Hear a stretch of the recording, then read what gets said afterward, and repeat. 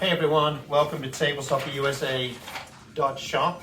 And today we're going to talk about the revolution, which is already here, of 3D printing, what is possible with table soccer, what's going on currently with it, what are some of the challenges, what might the future hold for 3D printing in table soccer. We'd really appreciate interaction in the comments with this. What do you feel? I think there's a lot of views out there about it, and also where are we going to go with this technology? Because guys, the genie's already out of the bottle.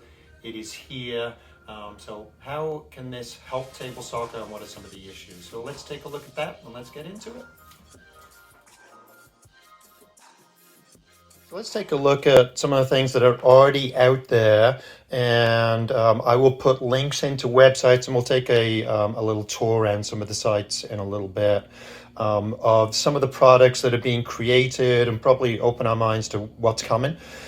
So first of all, from Canada Flicks, the amazing, and I'll use the word amazing a lot because these folks are amazing, Mike's Grow, who has created goals from 3D prints. And by the way, an American, Randy Kilwag, also has an open source goal design that's wonderful, available online. So this is a product from Mike, and just taking a look at the detail here and the level of design, so opens up a lot of things for design and the possibilities.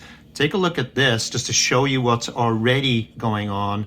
Netting is traditionally an area that's very challenging for people who are producing table soccer products for goals.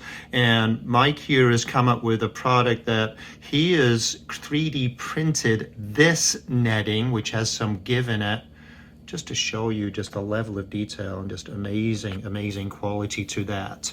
So that's Mike and his goals. And while we're talking about Mike, and again, a link will be in the description, goalie handles, for example, for goalkeepers, for the modern play. And I know I worked with Mike a little bit on this, and we talked about, the tactile parts, and maybe change this to have a frame of reference with a little bump on here so we know our thumb is there. And can Mike do that in like 2 seconds in a quick design? Yes, he can do that. So 3D printing and the creativity and the instant innovation, just amazing, and gives you all sorts of range of materials that can be used. And the goalie handle right here. Some innovative products, some things that we wouldn't even maybe think about here. And again, from Mike at Canada Flicks, we have here like a spare goalie holder that the figure could be put in at the side, and just a little kind of fun accessory. And I know Mike has also come up with like a refereeing kit where cards could be used, okay, for example. And then we get to really high level work. This is actually a prototype of my own, and I'm calling it the Merlin figure. Not out in general production yet, and we'll talk about that in a little bit.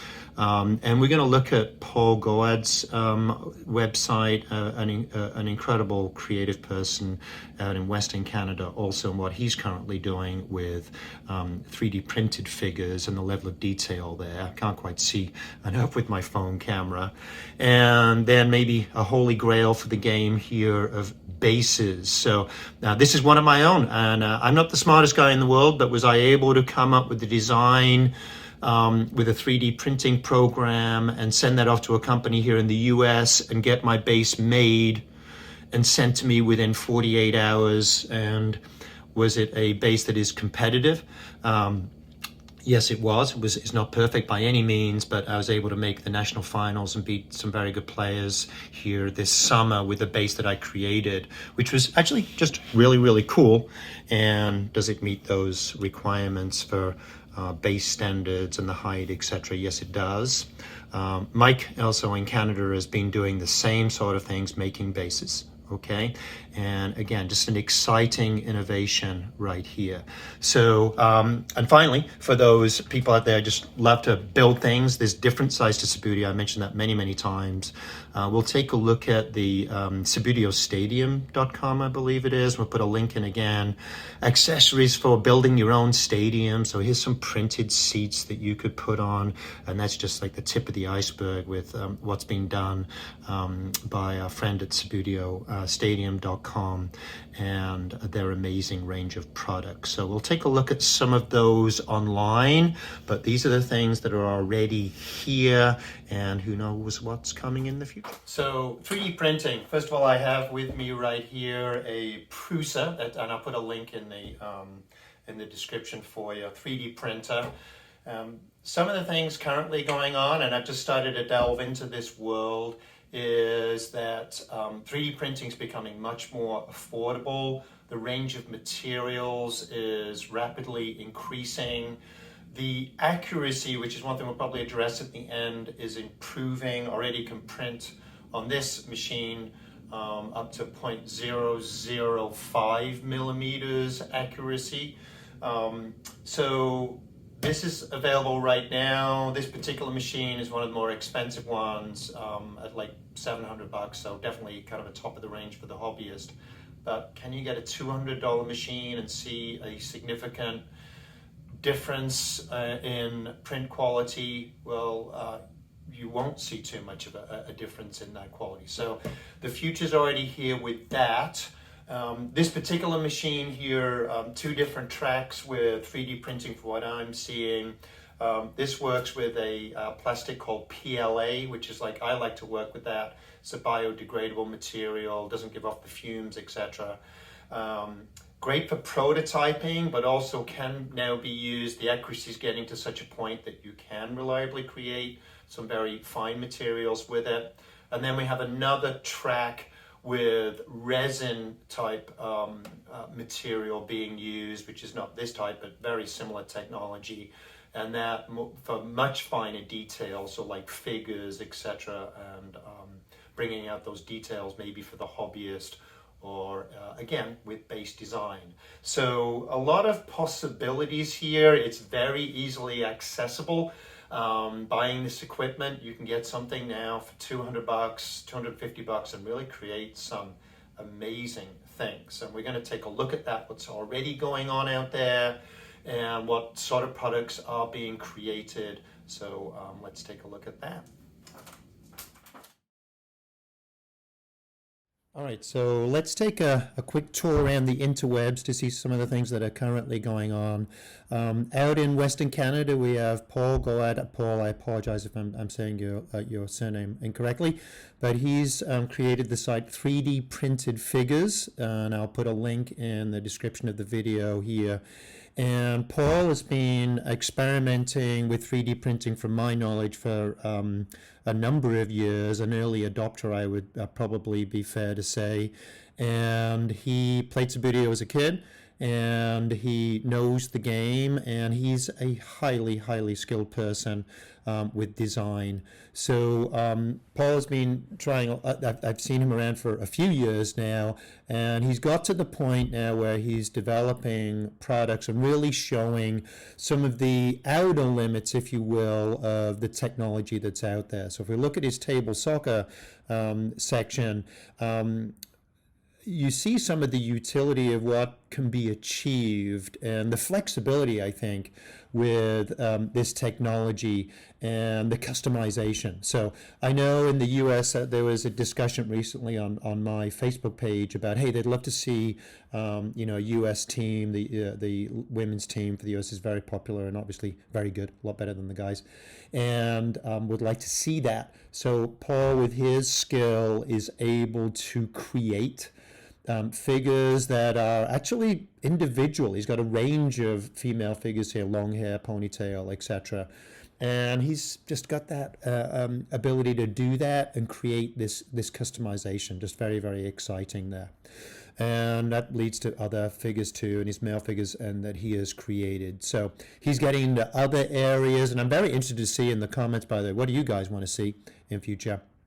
for 3D printing, with trophies being created, etc., and stadium parts. Okay, so this is Paul, and I'll put a link out there in the description for you, so you can contact Paul and look at some of his products.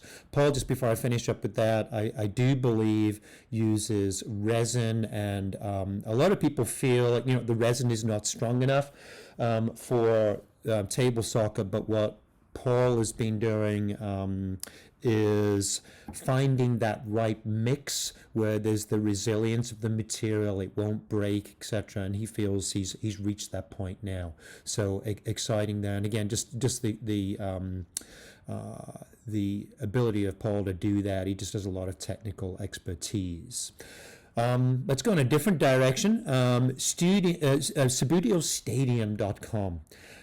This brings out another area of table soccer, and I just I'm somebody who I call myself more of a global lover of table soccer, if you will. I love the old stuff. I love the new stuff. I love the modern game and the materials. And I'm also, I'm that kid at heart too. Had that stadium and played with the old bases and just loved all that kind of stuff. This is a gentleman out in based out, I believe, in Holland. I'm sorry you don't recall first name here, but I'll put a link again in the description. Subbuteostadium.com, and boy, people are taking old Subbuteo equipment and then creating their stadiums for their home teams. This is like a dugout in here that he's able to do. Creating seating, which I think I previewed earlier, and floodlights that work and actually illuminate the stadium. And this has led to people creating some just wild stuff, and also just to kind of open that for the collector or for the enthusiast. And that's part of Subbuteo too. And I'm like a big tent sort of person. I love to bring all that in. It's all part of the love of the game. We really have that in common. Okay, so that's Subbuteostadium.com, and I've ordered several things from them, and they're just fantastic. Okay, so next, and I've already talked a little bit about Mike. This is CanadaFlix.com, and again, link will be in the description, and shows the range of what Mike is up to. The playing box is here, and I believe Mike just loves tinkering with designs and creating some really unique things. And he's done bases already. He's been out there with that. I showed you the goals and where he's going with the goals for even 3D printing netting. Custom goalkeepers that he's getting into. I'll talk about that in a moment. The flicker bench, as he calls it. The tabletop match kit, which he has in here for putting in cards and storing balls in there, and he's got his logo on there. Just Mike taking lots of different directions. What I like about Mike and Paul in particular up in Canada is that Mike in particular is relatively new to the game, and he's just bringing like that different viewpoint. And I think with 3D printing, we're going to bring in a lot of people with new ideas, and that's something for discussion too. We have an issue definitely in our community of people look at separate themselves out into, I'm an old lover of Subbuteo and the old style and don't like the new stuff, or that's horrendous, etc. I think that definitely brings some things into the fore. People are going to be coming up with some very different things. And what are the issues that come for that? Do we want to support the innovation? Do we want to have an open mind to that, etc., or do we want to set limits about what we want to do? Please comment about that. It would be nice to see. What ideas do you see coming forward? What would you like to see coming in the future? So linking that together. So that's some of the things that are already out there. Wanted to showcase one thing briefly.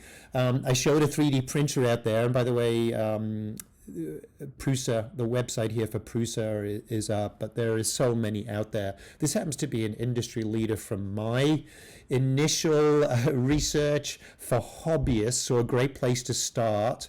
And you can get products that are at like the $250 range, by the way, and can do incredible things. And the ones that are at a higher level It's very difficult to see a difference in the quality of the materials. So just a little shout out to Prusa right there. But there's many others. Put them in the chat if you in the comments. And finally, on this part, while we're touring the interwebs, we have just a quick look at a site and how easy it is to design. This is a site very well known, Tinkercad, tinkercad.com, and it looks very kid-like. I spent a long time teaching middle schoolers on using like 3D printing programs, and I got a little bit familiar definitely with SketchUp, which is a Google product. You can 3D print from that. You can also then go to Tinkercad. This is just on the internet, widely available, no download needed. Save your designs, and may look kid-like, but from here, I can tell you from experience already and talking to some folks out there in the community, you can create 99% of what you would want to make and satisfy your need for innovation and your own creativity through Tinkercad, and it's super easy to use. And use the modern technique of opening it, going in, and then looking on YouTube videos. You'll find yourself, I would think, within an hour making something like a set of bases that you would like, I'd like to print that. So just to give you a little bit of an idea what's out there, and already the products, and I'm going to kind of timestamp this. This is as of late November 2021, and this will quickly be outdated. So just a little tour of the interwebs. So pros and cons. First of all, for me, a big pro is of this technology is hopefully making things that are good quality and cheaper than what is out there right now. We have a big issue internationally right now with like shipping costs as of late 2021, inflation, of course, etc. Things that are going on in the global economy.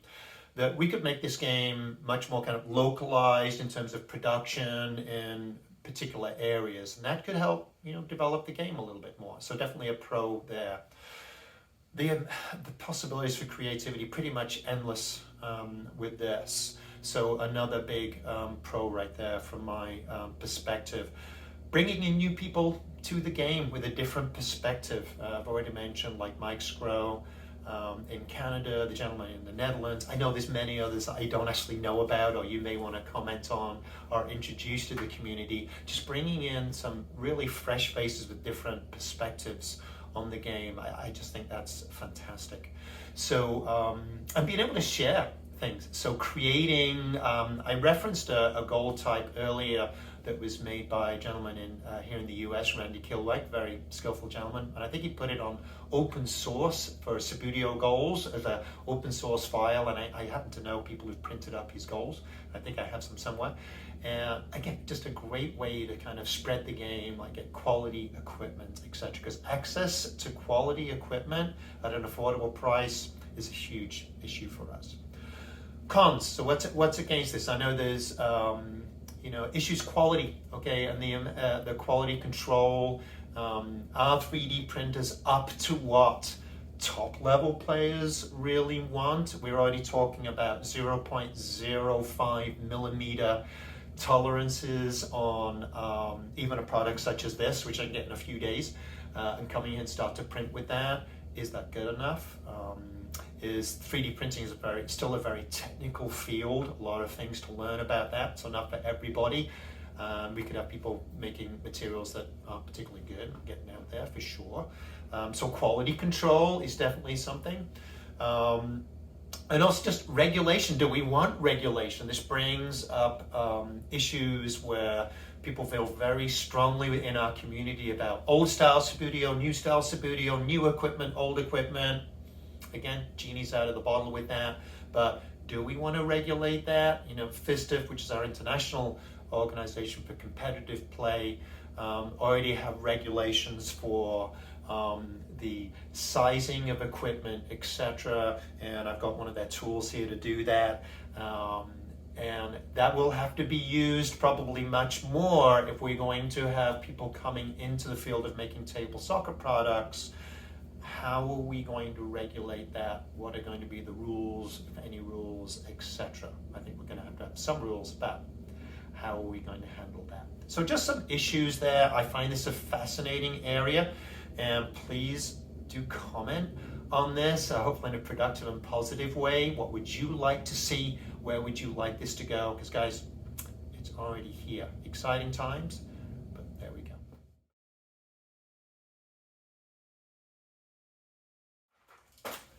So there you have it. I'm hoping this video is a little thought-provoking. We are really at the beginning of a revolution right now. Maybe we're already past the beginning phases of that.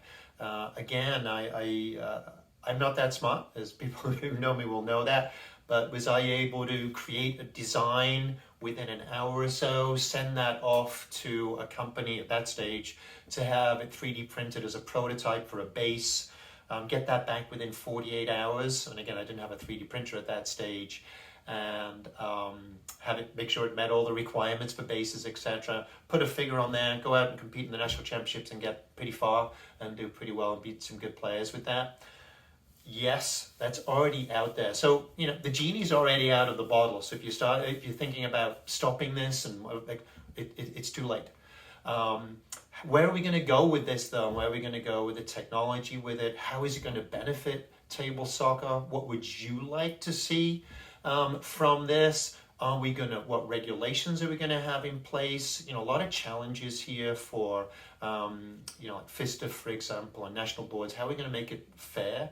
Are we going to be in a world where people can create their own bases? It's already there, where they can say, I want to make a prototype with 47-degree angle with weights of, you know, 1.87 grams and a height of 5.6. It's already there, and this is already happening. Just where are we going to go with all of this? I'm going to put this, obviously it's going to be on YouTube, but also on my website, on Facebook. Interact with it. What do you think? What would you like to see in future? What do you see as some of the challenges? And there you have it. I just think this is a fascinating area. And again, keep flicking, and thanks for watching. Okay. And here comes Hurst. He's got some Diggler on the pitch. They think it's all over. It is now. It's 4. So there you have it. A few things about table soccer and 3D printing right now. Paul, can you take the trash out, please? Sure, honey. I'll get right to it.